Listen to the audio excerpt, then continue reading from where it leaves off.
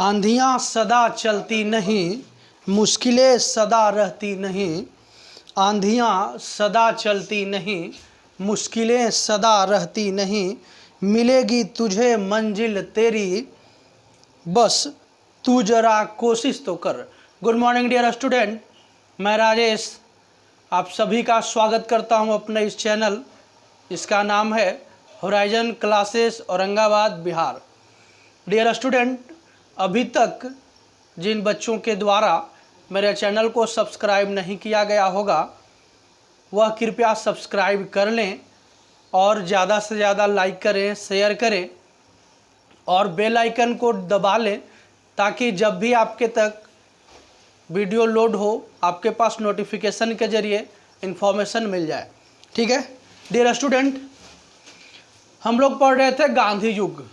राष्ट्रीय आंदोलन में हम लोग गांधी युग पढ़ रहे थे और हम लोग इसके पहले का जो भी वीडियो था वहाँ तक हम लोगों ने गांधी आंदोलन के बारे में पढ़ा था। और अंतिम में यानी कि जैसे ही मेरा वीडियो या क्लास ख़त्म हो रहा है, प्रतिदिन मेरे द्वारा क्वेश्चन दिया जाता है और उसमें से बच्चों का सही जवाब जिनका आता है मैं उनका नाम लेता हूं अपने अगले चैनल में यानी कि अपने एपिसोड में। और पुनः मैं वैसे बच्चों का नाम लेना चाह रहा हूं जिनके द्वारा सही जवाब दिया गया था और उनमें से नाम है अनुराधा मिश्रा, अंजन कुमारी, आशी और दिवाकर कुमार। इन बच्चों के द्वारा सही जवाब दिया गया था और मैं चाहूँगा ज़्यादा से ज़्यादा आप लोग कमेंट में जाकर के मेरे द्वारा किए गए क्वेश्चंस का आंसर दें ताकि हमें पता चले कि आप पढ़ रहे हैं, वीडियो को देख रहे हैं और समझ रहे हैं। और मुझे पूर्ण विश्वास है कि आप वीडियो को 2 से 3 बार देख लेंगे तो फिर आपको ज़्यादा मेहनत करने की आवश्यकता नहीं पड़ेगी। आपको पूरा का पूरा जितना भी कंटेंट है, टॉपिक है, इम्पोर्टेंट सब याद हो जाएगा। चलिए हम स्टार्ट करते हैं गांधी युग। गांधी युग में हम लोग इसके पहले साइमन कमीशन तक पढ़े थे। साइमन कमीशन भारत आया था, उसने रिपोर्ट दिया था, वहाँ तक हम लोग पढ़े थे। आज हम लोग पढ़ेंगे नेहरू रिपोर्ट से। नेहरू रिपोर्ट क्या है और क्यों इसको लाया गया, किसके द्वारा लाया गया, वगैरह वगैरह। ठीक है, तो देखिए डियर स्टूडेंट, जब साइमन कमीशन भारत आया था और उसने जो रिपोर्ट दिया था उससे सभी भारतीय नाखुश थे। ठीक है, और उसी क्रम में उस समय का जो तत्कालीन भारत सचिव था उसके द्वारा यह चैलेंज दिया गया, यानी कहिए कि भारतीयों को यह बोला गया कि तुम एक ऐसा नियम, कानून या एक्ट तैयार करो जो सभी भारतीय माने। और इस चैलेंज को स्वीकार किए मोतीलाल नेहरू। ध्यान देंगे, अब हम आते हैं क्वेश्चंस की ओर। तो नेहरू रिपोर्ट किसने तैयार किया था? तो मोतीलाल नेहरू ने तैयार किया था। ठीक है, और कब? तो 10 अगस्त 1928 को। ठीक है, मोतीलाल नेहरू के द्वारा एक रिपोर्ट तैयार किया गया जिसको नेहरू रिपोर्ट कहा गया और यह तैयार किया गया 10 अगस्त 1928 को। और आप कह सकते हैं कि यह पहला रिपोर्ट था जो हम कह सकते हैं कि संविधान बनने का यानी संविधान बनाने का भारतीयों के द्वारा यह प्रथम प्रयास या पहला कदम आप कह सकते हैं। ठीक है, तो नेहरू रिपोर्ट मोतीलाल नेहरू के द्वारा तैयार किया गया और कब प्रस्तावित किया गया? तो 10 अगस्त 1928 को। ठीक है, नेहरू रिपोर्ट की कमियां क्या थी? कुछ कमियां के कारण इसका विरोध हुआ था। तो इसमें कमियां क्या थी तो हम देखेंगे कि नेहरू रिपोर्ट की कमी क्या थी।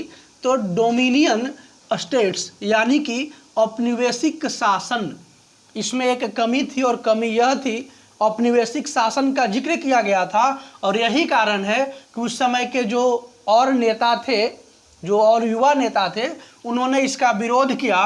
और सबसे ज़्यादा विरोध करने वाले में 2 का नाम आता है। एक JL नेहरू यानी जवाहरलाल नेहरू जो कि मोतीलाल नेहरू के पुत्र थे, इन्होंने खुद इसका विरोध किया था। और दूसरा नाम आता है सुभाष चंद्र बोस का। डियर स्टूडेंट ध्यान देंगे, क्वेश्चन एग्जाम में आता है कि नेहरू रिपोर्ट में क्या कमी थी। तो डोमिनियन स्टेट का जिक्र किया गया था और विरोध करने वाले में किनका नाम ज़्यादा आता है? तो JL नेहरू और सुभाष चंद्र बोस। ठीक है, अब हम चलते हैं, चूँकि तृतीय चरण चल रहा था राष्ट्रीय आंदोलन का, तो लगातार भारतीयों के द्वारा कुछ न कुछ आंदोलन अंग्रेजों के विपक्ष में लगातार होता रहा, ठीक है। और उसी क्रम में बारदोली सत्याग्रह के नाम से एक और आंदोलन हुआ जिसका नेतृत्व सरदार वल्लभ भाई पटेल के द्वारा, और यह हुआ कब था तो 1928 में हुआ था। और सरदार वल्लभ भाई पटेल के द्वारा बारदोली सत्याग्रह या बारदोली आंदोलन किया गया। तो बारदोली आंदोलन था क्या, तो किसानों के द्वारा यह आंदोलन किया गया था और उस आंदोलन के अग्रगण्य नेता सरदार वल्लभ भाई पटेल थे, यानी कि उनके नेतृत्व में यह आंदोलन किया गया। चूँकि जो भी वहाँ किसान थे उन पे टैक्स कर बहुत ज़्यादा लाद दिया गया था अंग्रेजों के द्वारा, और उसी के अगेंस्ट में यह आंदोलन चलाया गया था, ठीक है। और सरदार वल्लभ भाई पटेल ने बहुत ही अच्छे तरीके से आंदोलन को सक्रिय बनाया और फाइनली अंग्रेजों के द्वारा यह आंदोलन से प्रभावित होकर के और वहाँ के जो किसान थे उनको 30% तक टैक्स या कर को माफ़ किया गया, ठीक है। और इसी बात से खुश होकर के वहाँ की जो महिलाएं थी, बारदोली की जो महिलाएं थी, वो वल्लभ भाई पटेल को सरदार की उपाधि दी। क्वेश्चन आता है डियर स्टूडेंट कि सरदार की उपाधि किसने दी, तो आपका आंसर होना चाहिए कि बारदोली की महिलाएं के द्वारा वल्लभ भाई पटेल को सरदार की उपाधि दिया गया था, ठीक है। ध्यान से सुनेंगे, सब क्वेश्चन इंपॉर्टेंट है परीक्षा के दृष्टिकोण से, तो ध्यान से सुनेंगे समझेंगे। उसके बाद फिर देखते हैं नेक्स्ट क्या हुआ। तो अधिवेशन हुआ एक, और वो अधिवेशन लाहौर अधिवेशन के नाम से जाना गया क्योंकि लाहौर में हुआ। आपको मैंने बताया था कि कांग्रेस प्रत्येक वर्ष एक अधिवेशन करता था, एक बैठक करता था, और उसी क्रम में लाहौर अधिवेशन जो कि 1929 में हुआ। और यह किस लिए इम्पोर्टेंट है इतिहास में, हम लोग क्यों पढ़ते हैं इसको, तो इसमें 4 महत्वपूर्ण चीज़ें थी और इसी चीज़ के कारण लाहौर अधिवेशन को हम लोग पढ़ते भी हैं और बार बार क्वेश्चन एग्जाम में आते भी हैं। और वो क्या है आप ध्यान से देखेंगे। लाहौर अधिवेशन 1929 में तो हुआ कब था, दिसंबर 1929 में लाहौर अधिवेशन हुआ था, और इसके अध्यक्ष कौन थे, JL नेहरू। यानी कि लाहौर अधिवेशन का अध्यक्षता JL नेहरू के द्वारा किया गया था, ठीक है। दूसरा क्या है इंपॉर्टेंट थिंग्स, और वह यह है कि कांग्रेस के मंच से पहली बार पूर्ण स्वराज की मांग की गई थी। डियर स्टूडेंट एकदम ध्यान से क्वेश्चन को समझेंगे। क्वेश्चन एग्जाम में इस तरह से पूछेंगे कि कांग्रेस के द्वारा पहली बार पूर्ण स्वराज की मांग कब की गई थी, तो आपका आंसर होगा दिसंबर 1929। अगर स्थान पूछता है तो लाहौर, और उस समय अध्यक्ष कौन थे, तो JL नेहरू, ठीक है। एक और इम्पोर्टेंट, गांधी जी को राष्ट्रीय आंदोलन का नेता स्वीकार कर लिया गया था। यानी कि इस अधिवेशन में गांधी जी की भागीदारी और गांधी जी का लोगों के प्रति इतना ज़्यादा प्रेम, या लोग गांधी जी से इतना ज़्यादा प्रेम करते थे और वह बहुत सारे आंदोलन में अग्रगण्य भूमिका निभा रहे थे, इसके कारण गांधी जी को राष्ट्रीय आंदोलन का नेता स्वीकार कर लिया गया था लाहौर अधिवेशन में, ठीक है। फिर नेक्स्ट क्या हुआ हम देखते हैं कि अगले वर्ष यानी कि 1929 में जो अधिवेशन हुआ था, तो उसमें यह जिक्र किया गया कि अगले वर्ष 26 जनवरी को स्वतंत्रता दिवस मनाने की घोषणा की गई थी। यानी कि यह 3-4 महत्वपूर्ण बिंदुओं हैं जिसके द्वारा हम लोगों को लाहौर अधिवेशन से क्वेश्चंस आते हैं और हम लोगों को यह इम्पोर्टेंट हो जाता है टॉपिक, ठीक है। यानी कि अगले वर्ष में 26 जनवरी को स्वतंत्रता दिवस मनाने की घोषणा की गई थी। अगर क्वेश्चन आता है कि पहली बार स्वतंत्रता दिवस मनाने की घोषणा कब की गई थी, तो लाहौर अधिवेशन में की गई थी, ठीक है। हमें पूर्ण विश्वास है आप टॉपिक को समझ रहे होंगे, और अगर नहीं तो आप कमेंट करेंगे कि आपको कौन सी टॉपिक समझ में नहीं आई या कहाँ पे आपको समझने में प्रॉब्लम हो रही थी, ठीक है। चलिए अब हम नेक्स्ट चलते हैं, और नेक्स्ट में हम देखेंगे कि 31 दिसंबर, देखिएगा ध्यान दीजिएगा डियर स्टूडेंट, 31 दिसंबर 1929 को रात के 12 बजे जवाहरलाल नेहरू ने रावी नदी के तट पर 9 गृहीत तिरंगे झंडे को फहराया। देखिए, सबसे पहली बार जेएल नेहरू के द्वारा रावी नदी के तट पर 31 दिसंबर 1929 को मध्य रात्रि यानी कि 12 बजे में तिरंगे झंडे को फहराया गया था। चूंकि हम लोग देखे थे कि आपको यहाँ पे जो अधिवेशन में जो बातचीत की गई थी उसी से संबंधित चीज़ों को आगे बढ़ाते हुए जेएल नेहरू के द्वारा पहली बार रावी नदी के तट पे झंडे को फहराया गया था। फिर क्या है, नेक्स्ट देखेंगे कि 26 जनवरी 1930 को प्रथम स्वाधीनता दिवस के रूप में मनाने का निश्चय किया गया। ठीक है, प्रथम स्वाधीनता दिवस, अगर क्वेश्चन आता है कि प्रथम स्वाधीनता दिवस मनाने का निश्चय या घोषणा कब किया गया, तो आपका आंसर होगा 26 जनवरी 1930। ठीक है, अब हम देखते हैं कि सविनय अवज्ञा आंदोलन क्या है और इसे क्यों शुरू किया गया। ठीक है, तो सविनय अवज्ञा आंदोलन फरवरी 1930 में शुरू किया गया था, जिसका मेन मकसद क्या था, पूर्ण स्वराज, और यह गांधी जी के द्वारा महत्वपूर्ण भूमिका इसमें अदा किया गया था। हम इसमें पढ़ेंगे, बहुत सारे इंपॉर्टेंट पॉइंट हैं। सविनय अवज्ञा आंदोलन यह पूरे भारत में, ठीक है, यानी कि पूरे भारत में यह एक साथ चला, और वहाँ जहाँ पर हुआ यानी पूरे भारत में जिस जिस पार्ट में जिस जिस क्षेत्र के अग्रगण्य नेता थे इसमें महत्वपूर्ण भूमिका निभाए और सविनय अवज्ञा आंदोलन को चलाया गया। तो सविनय अवज्ञा आंदोलन फरवरी 1930 में चलाया गया। किसका, इसका मेन मकसद क्या था, पूर्ण स्वराज था। ठीक है, अब कारण क्या था, सविनय अवज्ञा आंदोलन को चलाने का कारण क्या था, क्वेश्चंस कभी कभी एग्जाम में आ जाते हैं। ठीक है, तो कारण क्या था, साइमन कमीशन की असफलता। मैंने इसका पहले जिक्र किया। जो बच्चे अगर इस वीडियो को देख रहे होंगे उनसे गुजारिश कि आप मेरे पहले वाला वीडियो देख लें ताकि आप ज़्यादा बातों को आसानी से समझ पाएंगे। तो साइमन कमीशन की असफलता, उसके बाद में है नेहरू रिपोर्ट का अस्वीकार करना। नेहरू जी के द्वारा जो रिपोर्ट अंग्रेजों को सौंपा गया था उसको अस्वीकार कर दिया गया था। फिर एक और था कि गांधी जी की 11 सूत्री मांग पत्र पर विचार न करना। गांधी जी 11 सूत्री मांग यानी कि 11 को पॉइंट था गांधी जी के द्वारा जो अंग्रेजों से मांग किए थे, तो उस पर भी विचार नहीं किया गया। तो यह 3-4 महत्वपूर्ण कारण था जिसके कारण सविनय अवज्ञा आंदोलन को चलाया गया। अब सविनय अवज्ञा आंदोलन के क्रम में ही क्या क्या चीजें हुई हम लोग देखेंगे इसको। तो सबसे पहले हम देख रहे हैं कि दांडी यात्रा। दांडी यात्रा आपको इतिहास में बहुत ही इंपॉर्टेंट है और क्वेश्चन एग्जाम में आते रहते हैं दांडी यात्रा से।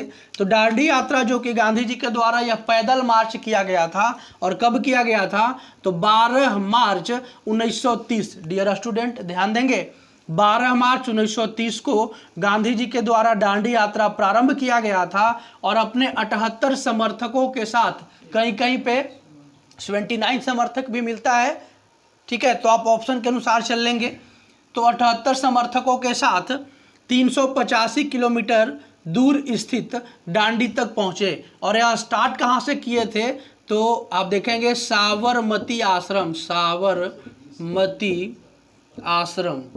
ठीक है, साबरमती आश्रम से दांडी तक की दूरी गांधी जी ने पैदल ही अपने 78 समर्थकों के साथ शुरू किया था और 385 किलोमीटर की दूरी तय की थी, और यह दूरी तय करने में इनको लगभग 24 दिन लगा था। ठीक है, अब देखिए नेक्स्ट में कि 6 अप्रैल 1930 को नमक बनाकर नमक कानून को तोड़ा गया, और 24 दिन बाद यानी कि गांधी जी जब 12 मार्च 1930 को चले तो 385 किलोमीटर दूरी तय करने में उनको लगभग 14 दिन लगा, और गांधी जी दांडी पहुंच गए थे 5 अप्रैल को ही, चूंकि उनका प्रार्थना सभा का समय हो रहा था। इस चलते 6 अप्रैल 1930 को नमक बना करके और गांधी जी के द्वारा नमक कानून को तोड़ा गया। ठीक है, नमक कानून क्यों बनाया गया, क्यों तोड़ा गया, चूंकि नमक पर भी अंग्रेजों के द्वारा टैक्स लिया जाता था। यही कारण था